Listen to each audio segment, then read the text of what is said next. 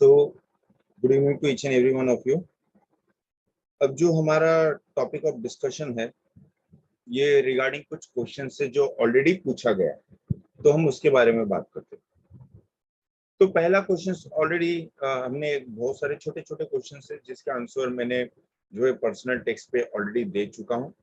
कुछ 4-5 ऐसे क्वेश्चन है जो मुझे इस बार ऐसा लगा कि जो वर्ड्स डिस्कशन है या हम लोग डिस्कशन के थ्रू कर सकते हैं, तो उसे हम कंसिडर कर रहे हैं। पहला क्वेश्चन, क्या पुरुष व जीर्ण आमवात रोगी में लंघन कराना चाहिए? आप में से एक का क्वेश्चन ये था। तो ये है कि कृष्ण और जीर्ण आमवात रोगी को लंघन कराना चाहिए, पर लंघन के ना प्रकार होते हैं। यानी लंघन हम बिना कुछ खाए भी दे सकते हैं, लंघन हम उष्ण जल पर भी रख सकते हैं, लंघन हम दुग्ध पर भी रख सकते हैं, लंघन हम यूज पर भी रख सकते हैं। लंघन जब हम बात करते हैं तो होता है कि एक तो या तो पूरी तरह कोई इसमें फलाहारी लंघन रहता है। तो आपको ये ऑप्शन में इसलिए दे रहा हूँ क्योंकि जब भी हम लोग लंघन वर्ड करते हैं तो लंघन वर्ड मतलब ये नहीं कि बिल्कुल नहीं खिलाना। लंघन मतलब ये होता है कि शरीर के अंदर लाघवता उत्पन्न करना। यानी आप ऐसा कुछ आहार चालू करो कि जिससे शरीर के अंदर लघुता या लाघवता उत्पन्न हो। लाघवता सॉरी लाघवता उत्पन्न करने के लिए आपके पास ऑप्शंस क्या क्या है? एक तो सबसे पहले अगर शरीर जो है बलवान है तो उसके अंदर आप उसे बिना खिलाए खाली यूज पर रख सकते हैं। परंतु अगर रोगी जीर्ण है, कृश है, तो ऐसे में जो है पहले से ही धातु क्षय हुआ रहता है, बल बहुत ज्यादा नहीं होता है। तो ऐसे कंडीशन में आपको अगर लंघन करवाना है तो आप ऐसे पेशेंट के अंदर जो है एक टाइम का मील रख के, यानी कि जैसे कि अभी आप ऑप्शन दिया जाए कि वो पूरा लंघन नहीं कर सकता, तो हम क्या करते हैं कि सुबह के समय जो है उसको यूज पिलाओ, दोपहर के समय उसको प्रॉपर भोजन कराओ। जब पूरा का पूरा जो है सूर्य अपनी प्रखरता पे हो, क्योंकि उस समय अग्नि बहुत अच्छी होती है और उतना हैम्पर नहीं करती। खाली देते समय हमको ये ध्यान रखना है कि खाना जो है काफी लघु होना चाहिए। ऐसा नहीं कि उसमें भी बहुत सारा ऑप्शन हो। आप उसमें जो है चपाती भाजी दाल चावल रख सकते हैं। इसके अंदर आप अगर थोड़ा क्वेश्चन पूछो कि क्या इससे कफ बढ़ेगा, तो ऑफकोर्स थोड़ा बहुत चांसेस रहता है, बट न देने से अच्छा कुछ तो देना चाहिए ऐसे क्वेश्चन में। दूसरी बात ऐसा है कि रात का खाना जो होता है या शाम का खाना, ये आप फिर से एकदम जो है यूज पे रख सकते हो। यानी कि पूरा दिन यूज पे रखने से बेटर है कि पेशेंट को जो है एक समय का भोजन देके बाकी जो सुबह और रात के टाइम पे उसमें यूज दे सकते हैं। बहुत लोग कहते हैं कि इसमें जो है राजगिरी का भी जो है चीजें हम यूज कर सकते हो, पर मेरा ऐसा मानना है कि लोग कहते हैं कि लघु है, लेकिन सिंस उसके अंदर थोड़ी स्वीटनेस होती है, मधुरता होती है, तो मुझे ऐसा लगता है कि थोड़ा टाइम हम उसे अवॉइड कर सकते हैं। अब दूसरी बात ऐसा है कि लंघन और किसी प्रकार से कराया जा सकता है क्या? तो लंघन के बहुत सारे अलग अलग है। इसमें कोई कोई ऐसा भी करता है कि जो हमारा फल है, अब फलों में अगर बात करें तो जैसे दाड़िम जैसे, यानी कि आपका पोमोग्रेनेट जैसे चीज हो गए, या इसके अंदर कोई कोई थोड़ा थोड़ा चीकू वगैरह जैसे चीज हो गए, या खाली एप्पल्स वगैरह ऐसे चीज हो गए। यानी कि ऐसी चीजों का भी फल का उपयोग किया जाता है कि पेशेंट को हम लोग मुद यूज पिलाते हैं, भूख लगती है तो फलाहार खिलाते हैं और फिर मुद यूज पिलाते हैं। तो यानी मुद्ग यूज जो है ये अभी भी सर्वश्रेष्ठ जो है लंघन चिकित्सा के अंदर जो ग्रहण करने वाला काम वो वही करेगा। लेकिन बाकी समय पे आप जो है आहार रखना या नहीं रखना है, या फलाहार रखना है, ये रखना है, ये जो कंडीशन है ये किसके ऊपर मैं डिसाइड करता हूँ, ये है आपके एपेटाइट के ऊपर। अगर आपकी एपेटाइट अच्छी है, पेशेंट की एपेटाइट बहुत अच्छी है आमवाद के अंदर, तो आप दोपहर के समय खाना रख सकते हो। लेकिन आपका पेशेंट का बिल्कुल भी जो है एपेटाइट नहीं है, बिल्कुल भी उसको जो है भूख नहीं लग रही है, तो एक दिन लंघन कराने में या 2 दिन लंघन कराने में कोई प्रॉब्लम नहीं होती। क्योंकि वो लंघन कराने के बाद जब सुधा जो है वृद्धि हो जाती है, भूख लगती है, तो ऐसे समय में आप फिर से जो है उसको ट्रीटमेंट करा सकते हो। ऑल इन ऑल कि कुछ पेशेंट अजीर्ण आमवात में लंघन कराना चाहिए। इसी के साथ और एक अटैच क्वेश्चन था कि क्रुश और जीर्ण में स्वेदन कराना चाहिए, तो क्या? यस, स्वेदन करना ही चाहिए। स्वेदन कराने में कोई हानिकारक नहीं है या कुछ प्रॉब्लम नहीं है।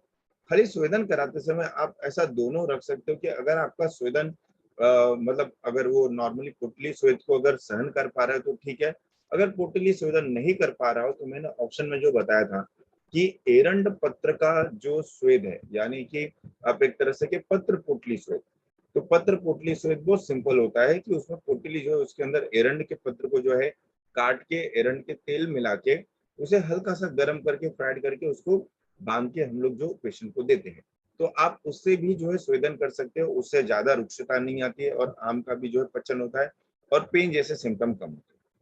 दूसरा क्वेश्चन ये है कि कैंसर में वेट लॉस की चिकित्सा कैसे करनी चाहिए, तो ये बहुत ही आसान नहीं है, थोड़ा सा डिफिकल्ट पड़ता है, लेकिन कैंसर में वेट लॉस की चिकित्सा कराने के लिए जैसे मैंने हर बार कभी कभी आपको डिस्कशन के टाइम पे बताता हूँ कि घृतपान के सिवा पर्याय नहीं, घृतपान और आरिष्टपान, यानी कैंसर में अगर पेशेंट वेट लॉस करने लगे तो उसमें शतावरी घृत या अश्वगंधा घृत, एचबी बहुत लो है तो दाढ़ी मादी घृत, और या तो आप ऐसा देखें कि डायरिया वगैरह जैसे कंप्लेन वगैरह ज्यादा है तो आपको उस घृत की मात्रा थोड़ी कम करते हैं, लेकिन अगर डायरिया जैसे कंप्लेन बहुत ज्यादा ना हो तो ऐसे में घृत जो है अब 20 ml BD twice a day, 30 ml twice day, ये हमेशा हम पेशेंट को द्राक्षा अरिष्ट या दशमूला अरिष्ट के साथ या अश्वगंधा अरिष्ट के साथ चालू करते हैं।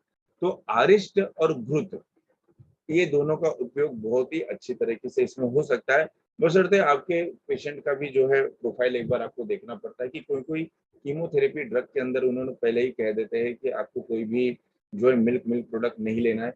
अगर ऐसा आपके पास क्राइटेरिया आ जाए कि मिल्क और मिल्क प्रोडक्ट नहीं ले सकते वाइल रेडिएशन वाइल कीमोथेरेपी, अगर कहीं इंडिकेशन दिया हुआ है तो वहां उस जगह पर फिर से आप जो है अवलेह का उपयोग कर सकते हैं, जैसे कुष्मांडा अवलेह का उपयोग हमने डिस्कस किया था कि वेट इंक्रीज करने के लिए वो आप यहाँ उपयोग कर सकते हैं।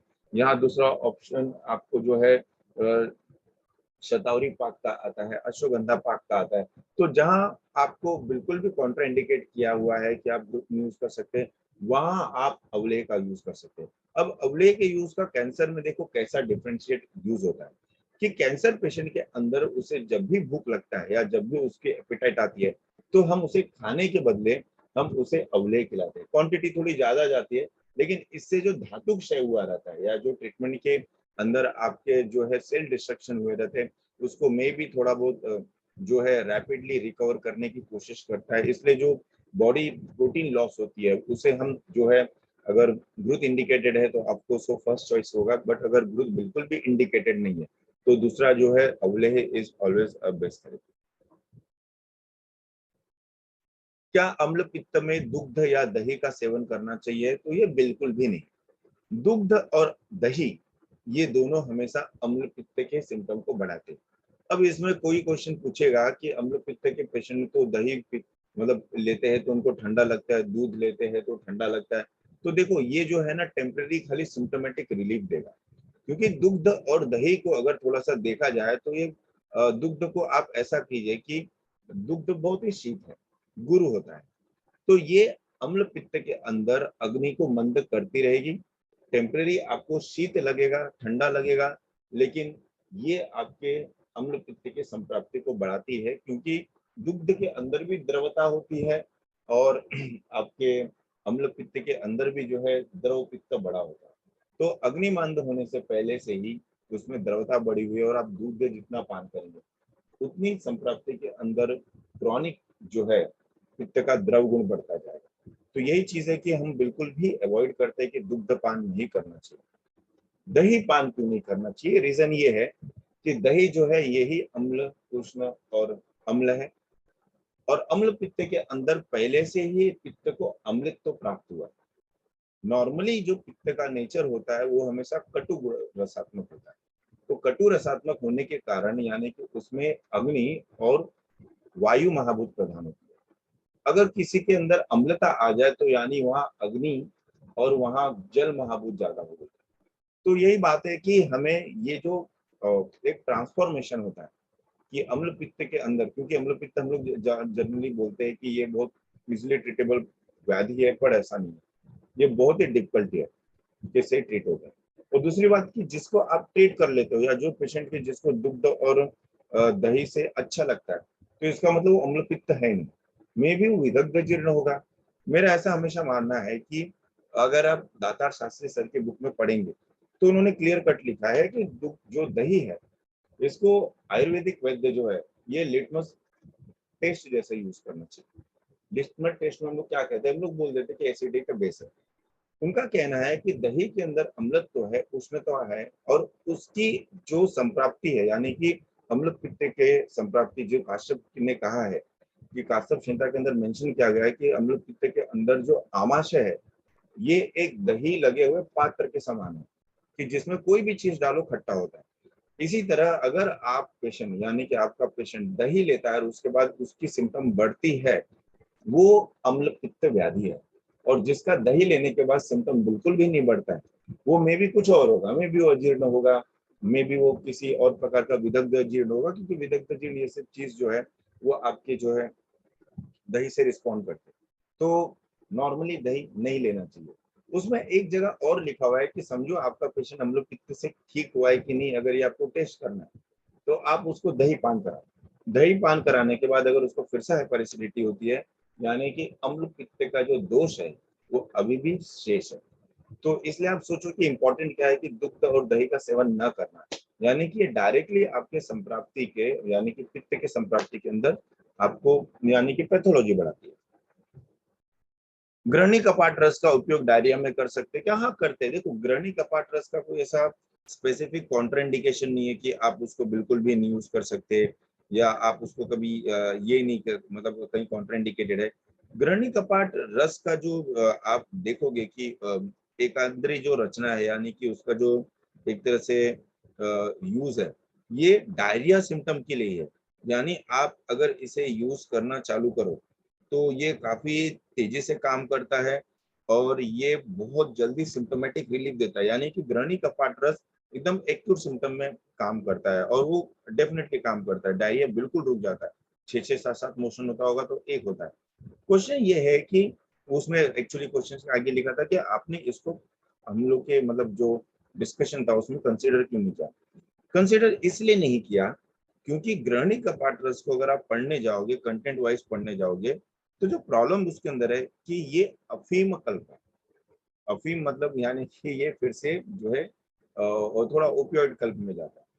और दूसरा इसके अंदर थोड़ा शुद्ध धतूर है। धतूर बीज से कोई प्रॉब्लम नहीं।